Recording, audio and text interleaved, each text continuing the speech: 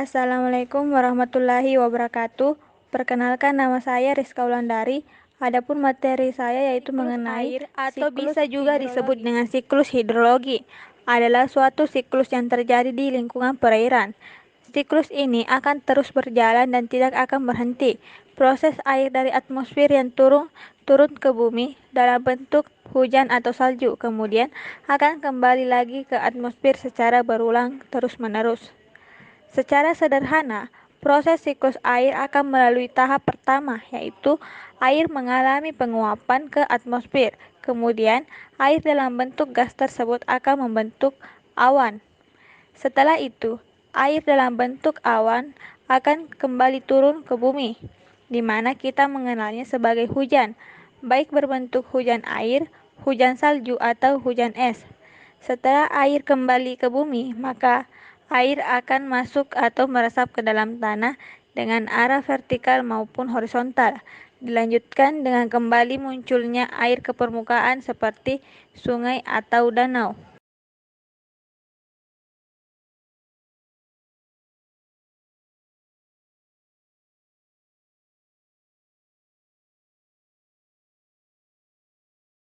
Bismillahirrahmanirrahim. Assalamualaikum warahmatullahi wabarakatuh. Perkenalkan, nama saya Amriani. Saya akan menjelaskan mengenai siklus nitrogen. Nitrogen hadir di lingkungan dalam berbagai bentuk kimia termasuk nitrogen organik, amonium NH4+, nitrit NO2-, nitrat NO3-, dan gas nitrogen N2. Nitrogen organik dapat berupa organisme hidup atau humus, dan dalam produk antara dekomposisi bahan organik atau humus dibangun proses siklus nitrogen mengubah nitrogen dari satu bentuk kimia lain. 1. Fiksasi nitrogen. Fiksasi nitrogen adalah proses perubahan nitrogen dari atmosfer menjadi amonia. Bakteri yang berperan dalam proses ini adalah bakteri pada akar tanaman bolongan melalui fiksasi biologis. Bakteri tersebut antara lain seperti Rhizobium, dan penggunaan enzim nitrogen Cyanobacteria dilibatkan untuk mengubah gas nitrogen menjadi amonia. 2. Nitrifikasi. Nitrifikasi adalah proses oksidasi biologis amonia dengan oksigen menjadi amonium, kemudian nitrit, dan diikuti oleh proses oksidasi nitrit menjadi nitrat. Degradasi amonia yang menjadi nitrit dikenal dengan nitrifikasi. Prosesnya dilakukan oleh bakteri eutrof dan bakteri amonia pengoksidasi seperti B-Protobacteria dan Gamma-Protobacteria, dan bakteri amonia oksidasi dari genera Nitrosomonas serta Nitrosococcus. 3. Asimilasi. Asimilasi nitrogen adalah proses pembentukan senyawa nitrogen organik. Misalnya, asam amino dari senyawa nitrogen anorganik. Setelah proses nitrifikasi oleh bakteri, tanaman akan menyerap nitrogen dalam wujud nitrat. Kemudian gradien proton transporter nitrat akan menyerap nitrat dan kemudian diteruskan oleh silem dari akar ke tunas. Pada tunas, reduksi nitrogen dilakukan dalam dua langkah, yaitu nitrat dan direduksi menjadi nitrit oleh reduktase nitrat dalam sitosol. Sedangkan nitrit dalam kloroplas akan direduksi oleh reduktasi nitrit menjadi amonia. 4. Amonifikasi. Tahapan siklus nitrogen di mana sisa-sisa tanaman serta limbah terurai oleh organisme kemudian menghasilkan amonia disebut amonifikasi.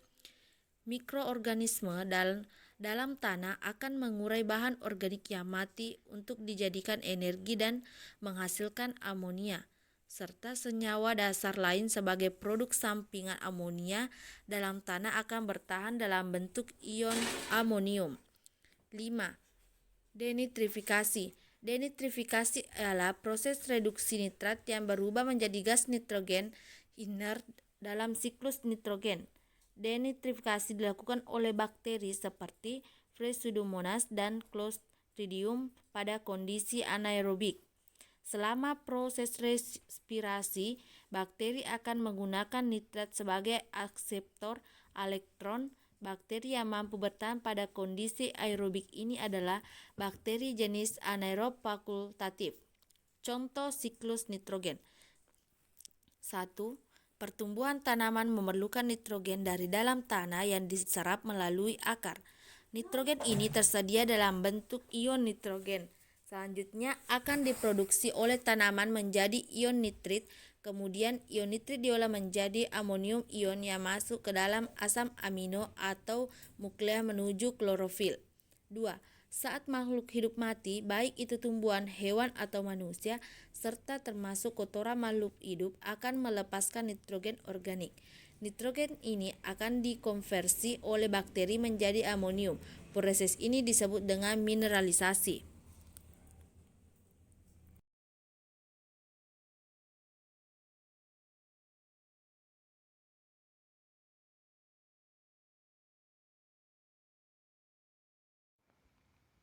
Assalamualaikum warahmatullahi wabarakatuh. Perkenalkan, nama saya Andi Gusti Wiradarmawan. Nah, kali ini saya akan menjelaskan tentang siklus karbon dan oksigen.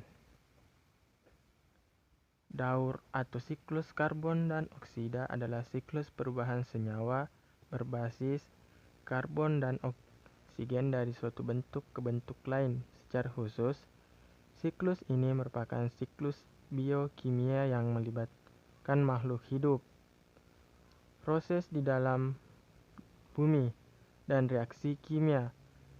Proses biokimia merupakan proses perubahan senyawa dari suatu bentuk ke bentuk lain yang melibatkan interaksi antara makhluk hidup serta adanya proses di dalam bumi. Salah satu contoh daur biokimia adalah daur karbon dan oksida. Contoh dari karbon dan oksida ini dapat dilihat sebagai berikut. Karbon dioksida dihasilkan oleh makhluk hidup ataupun proses pembakaran, misalnya gas buangan kendaraan bermotor. Yang kedua, karbon dioksida ini diikat oleh tumbuhan untuk digunakan dalam proses fotosintesis. Hasil dari fotosintesis ini adalah energi dan oksigen. Yang ketiga, oksigen ini kemudian digunakan oleh makhluk hidup untuk bernafas. Demikian seterusnya. Ini adalah siklus karbon yang bersifat jangka pendek. Selanjutnya, selain menghasilkan oksigen, fotosintesis juga memungkinkan tumbuhan untuk terus berkembang. Tanaman yang berkembang akan menghasilkan buah atau umbi daun yang dapat dikonsumsi oleh makhluk hidup. Selanjutnya, makhluk hidup, hewan ataupun tumbuhan suatu saat akan mati. Jasad makhluk hidup ini akan terurai oleh bakteri pengurai. Jasad ini akan tersimpan selama jutaan tahun sehingga membentuk bahan bakar karbon, contohnya batu bara. Dan yang terakhir, bahan bakar ini kemudian digunakan oleh manusia untuk melakukan kerja dan akan menghasilkan karbon dioksida lagi. Baik, itu sedikit penjelasan dari saya. Mohon maaf bila ada kesalahan. Wassalamualaikum warahmatullahi wabarakatuh.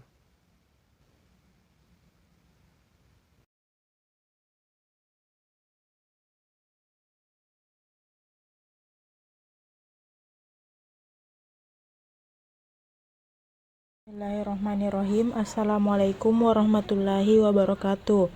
Perkenalkan, nama saya Andini Aurelia Putri, dan materi yang akan saya sampaikan yaitu mengenai jaring-jaring makanan dan piramida makanan. Jaring-jaring makanan merupakan suatu gabungan dari rantai makanan yang saling berhubungan dikombinasikan, tumpang tindih dalam suatu ekosistem. Nama lain untuk jaring-jaring makanan adalah sistem sumber daya konsumen. Contoh dari jaring-jaring makanan dapat kita lihat pada gambar berikut. Jaring-jaring makanan yang saya tampilkan adalah salah satu jaring-jaring makanan yang terdapat di suatu ekosistem. Pada jaring-jaring makanan tersebut Tumbuhan hijau dimakan oleh kelinci, lalu kelinci dimakan oleh rubah dan elang. Selanjutnya, tumbuhan hijau juga dimakan oleh tikus, dan tikus dimakan oleh rubah dan elang. Selanjutnya, tumbuhan hijau juga dimakan oleh burung pemakan biji, dan dimakan oleh rubah, elang, dan ular. Selanjutnya, tumbuhan hijau juga dimakan oleh belalang, lalu dimakan oleh laba-laba, lalu dimakan oleh ular, dan ular dimakan oleh elang. Sedangkan burung pemakan serangga bisa dimakan oleh rubah dan elang. Akibatnya, dalam suatu ekosistem tidak hanya terdapat satu rantai makanan saja, tetapi banyak bentuk rantai makanan.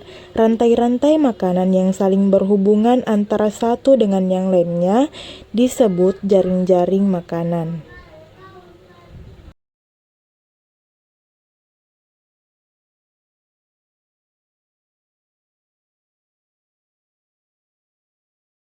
Selanjutnya, pembahasan mengenai piramida makanan. Piramida makanan adalah suatu gambaran secara umum yang berhubungan antar komponen biotik dalam sebuah ekosistem.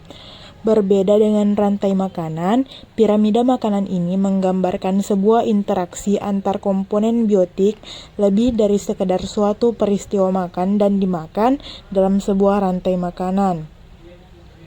Dalam sebuah ekosistem, tumbuhan sebagai produsen yang mempunyai jumlah populasi yang lebih besar dibandingkan dengan tingkat trofik lainnya.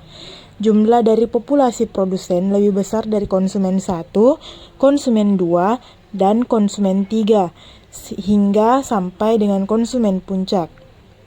Berdasarkan dari perbedaan tingkat populasi ini, bisa digambarkan sebuah diagram berbentuk piramida. Contohnya dapat kita lihat pada gambar. Dalam piramida makanan tersebut, tumbuhan yakni sebagai suatu produsen, karena tumbuhan bisa berfotosintesis dan menghasilkan suatu cadangan makanan. Selanjutnya, di tingkat berikutnya, tikus, belalang, dan ulat yaitu sebagai konsumen tingkat 1 akan memakan semua tumbuhan sebagai makanannya. Selanjutnya, di tingkat berikutnya ada katak dan ayam yaitu sebagai konsumen tingkat 2. Katak dan ayam akan memakan tikus, belalang, dan ulat sebagai makanannya. Dan yang terakhir, elang dan ular yaitu sebagai konsumen tingkat 3 atau tingkat akhir. Adapun makanannya yaitu katak dan ayam. Jadi, elang dan ular bisa digolongkan sebagai konsumen tingkat akhir.